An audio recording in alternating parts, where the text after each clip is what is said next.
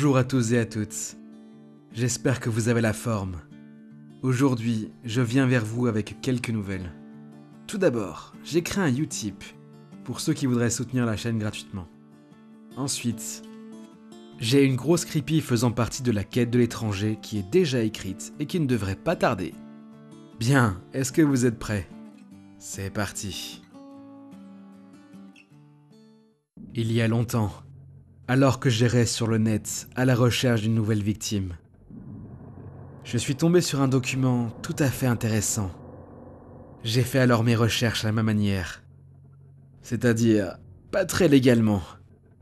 J'aime ça entrer dans l'intimité des gens, regrouper des informations privées sur eux, et ensuite le leur balancer à la figure.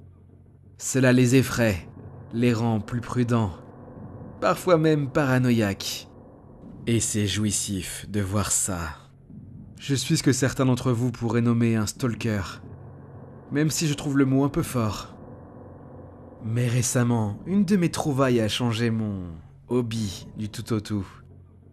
Après ma découverte, j'ai eu comme l'intuition que le cas que j'avais sous les yeux n'était pas unique, que d'autres avaient subi la même chose, que tout était plus complexe qu'il n'y paraissait.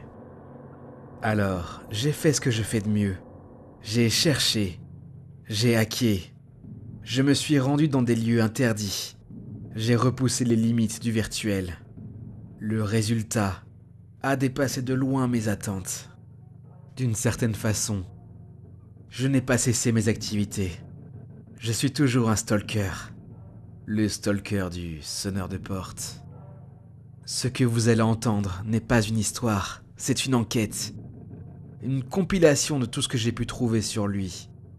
Et si un jour vous réalisez que vous êtes sa cible, ces informations pourraient vous sauver la vie. Il n'a pas de nom réel, du moins pas de connu. Je l'appelle le sonneur de porte. Vous comprendrez pourquoi plus tard. Il agit à n'importe quelle heure, n'importe où, du moment que les conditions requises sont réunies. Quel est son but ? C'est l'une des zones d'ombre qui subsistent. Qu'est-ce qu'il est ? Vous n'imaginez même pas à quel point cela dépasse l'entendement. En tout cas, il n'y a aucun doute sur ce sujet. C'est un tueur méticuleux, indétectable, insaisissable. Bref, le meurtrier est parfait. Et pour cause, il n'est pas humain. Il agit selon des variables qui, si elles sont réunies, peuvent provoquer la mort de quelqu'un. Pour commencer, la victime doit être seule à son domicile, enfermée dans une pièce depuis plus de 3 heures. En général, plongée dans une tâche qui monopolise toute son attention. Toutes les victimes étaient sous l'influence d'une poussée d'inspiration, dans un domaine où il n'était d'habitude que moyen ou mauvais. Ainsi, un véritable chef-d'œuvre a été retrouvé près du corps d'un peintre raté. Une équation particulièrement corsée avait été résolue par un étudiant nul en maths juste avant son décès. Un comptable était en train d'enregistrer des vocalises impressionnantes au moment de mourir. En général, la victime est incapable de réagir à toute interaction extérieure ou de prendre en compte son état corporel tant qu'elle n'aura pas achevé ce qu'elle a commencé. Ces excellents résultats ne sont que les signes avant-coureurs de l'arrivée du sonneur de porte. Une fois qu'il aura atteint les limites de votre propriété, et si la structure de votre maison est composée en majorité de bois, celle-ci se mettra à grincer doucement, étant donné l'isolement de la cible avec son environnement. Et sachant que ces bruits ne présentent aucune différence avec ceux que l'on peut entendre dans une habitation commune, il est impossible à la personne de se douter de quoi que ce soit. J'ai récemment compris que, si la maison est relativement récente et construite avec des matériaux modernes, alors tout autre objet en bois se mettra à grincer. Cela peut être une commode, un porte-manteau, un cadre de tableau, une croix. Ces bruits-là sont moins singuliers et plus faciles à repérer. Mais tant que la cible est en train de travailler, il lui est difficile de tenir compte de l'étrangeté de la situation. Si par hasard, vous entendez des grincements suspects, ayez le réflexe de sortir en courant et de vous éloigner de chez vous. Il ne peut rien contre vous si vous n'êtes pas dans votre maison. Et son influence créative comme hypnotique s'arrête complètement une fois que vous êtes hors de votre terrain. Si, malheureusement, le sonneur de porte arrive devant la porte de la pièce où vous vous trouvez, lui échapper est déjà bien plus difficile. Vous entendrez d'abord quelqu'un toquer à votre porte. Une fois, le bruit se répétera plusieurs fois, 12 exactement, de plus en plus fort. Et chaque coup sera accompagné d'un léger bruit de carillon.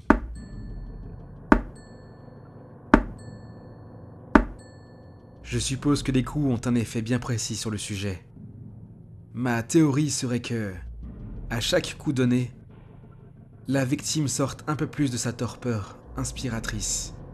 Une fois le deuxième coup sonné, elle devrait être tout à fait à même de comprendre la situation. Et plus précisément le profond pétrin dans lequel elle se trouve. Mais cela révèle de l'hypothèse. Je suis tout de même sûr que, après que tous les coups aient été entendus, la victime retrouve ses esprits. Après que le dernier bruit ait retenti, une voix s'élèvera, presque toujours la même, douce, profonde, glaciale. À donner des frissons à n'importe qui, dotée d'un franc accent d'origine inconnue, parlant toujours dans la langue natale de la victime. La phrase qu'elle prononce est tout à fait banale. Puis-je entrer ? La cible ressent immédiatement le profond besoin de ne pas ouvrir la porte à tout prix, de se préserver de ce qui se trouve derrière. Malgré tout ce qu'elle pourra faire, le sonneur de porte parviendra toujours à s'introduire dans la pièce. Certaines actions précipitent l'attaque, d'autres la reportent. J'ai étudié tous les meurtres potentiellement commis par lui. Je suis en mesure de vous dresser une liste non exhaustive de ses actions. Surtout, n'ouvrez jamais votre porte. Jamais. Sous aucun prétexte. Vous ne feriez que vous offrir en pâture au loup. Si pour une raison ou une autre, il s'introduit dans la maison, il dira « J'entre ». Si vous entendez cela, vous êtes perdu. Toutes les 2 minutes environ, l'être vous demandera s'il peut entrer. Il ne posera la question que 3 fois avant de s'impatienter et d'ouvrir la porte de lui-même. Ne répondez pas. Il pourrait prendre cela comme une invitation. Il est tout à fait possible qu'il tente de se faire passer pour un proche, en donnant un nom familier et en adoptant la voix correspondant à la personne. Dans ce cas, la variante suivante ne s'applique pas. La seule question que vous pouvez lui poser est « Qui est-ce » Mais vous n'obtiendrez en retour qu'un silence prolongé. Environ 4 minutes. Cela peut être utile pour gagner du temps. Mais ne lui demandez pas 2 fois, ou il viendra vous prendre. N'essayez pas de le voir à travers une fenêtre. Et surtout, n'essayez pas de le filmer. Les agonies de ceux ayant tenté ont duré plus longtemps que les autres. Il n'est par contre pas dérangé ou ne détecte pas les appareils d'enregistrement audio. Vous devrez donc avoir le réflexe d'enregistrer la conversation. Si vous devez mourir, au moins votre mort aura servi à apporter de nouveaux éléments à mon enquête. Il est inutile de tenter de sortir par un autre accès. Vous serez incapable d'ouvrir les portes et fenêtres de votre habitation. Elles seront toutes mystérieusement closes, à part votre porte principale. Mais ça serait signer votre arrêt de mort. Vous pouvez être sauvé si quelqu'un entre dans votre propriété, alors que le sonneur de porte n'a pas encore pénétré chez vous. Mais il vous faut être très chanceux. Si vous tentez de vous barricader et qu'il s'en rend compte, méfiez-vous. Certains meurtres que je lui attribuais montraient indéniablement qu'il ne rentrait même pas. Il se servait directement de la porte pour écraser sa victime. Toutefois, c'est une manière de mourir bien plus douce que les heures d'agonie qu'il vous réserve s'il parvient à entrer. Un enregistrement que j'ai récupéré prouvait que, si vous faites énormément de bruit, le sonneur de porte entrera dans votre champ de vision par le biais d'une fenêtre ou en ouvrant la porte, et vous demandera avec une sincère inquiétude. Tout va bien ? Bien sûr. Vous serez ensuite torturé et tué, puisque vous l'avez vu. Très récemment, j'ai pu rencontrer et interroger l'une des survivantes du sonneur. Cette femme traînait dans sa salle de bain depuis plus de 3 heures. Elle se découvrait un véritable talent pour les Scooby-Doo. Action qu'elle avait eu envie d'accomplir sans vraiment savoir pourquoi. Quand il a toqué à sa porte et demandé s'il pouvait entrer, effrayée à l'idée qu'un inconnu rôde chez elle, elle lui a hurlé de partir. Mais il a aussitôt ouvert la porte afin de la prendre. Mais curieusement, il s'est figé quand il l'a vue et a précipitamment refermé la porte. Mon témoin a catégoriquement refusé de me le décrire, malgré toutes mes questions. Manifestement, elle était très choquée. Je suis donc revenu sur le sujet principal. Déterminer la raison pour laquelle elle n'avait pas été tuée comme tous les autres. Apparemment, après que l'être ait refermé la porte de la salle de bain, il ne se comporta pas comme lors de ses précédents meurtres. Au lieu de réagir aux pleurs et aux cris, aux lamentations, il se contentait de demander, toutes les 30 secondes, « Êtes-vous présentable ?» Et ce, pendant plus de 2 heures. Quand le mari de la femme rentra chez lui, il trouva sa femme effondrée dans la salle de bain, tremblante et choquée. Plus récemment encore, une de mes connaissances, que je tenais informée sur l'avancée de mon enquête, fut la cible directe du sonneur de porte. Il était dans l'entrée de sa maison, en train de jouer à un jeu vidéo auquel il cartonnait.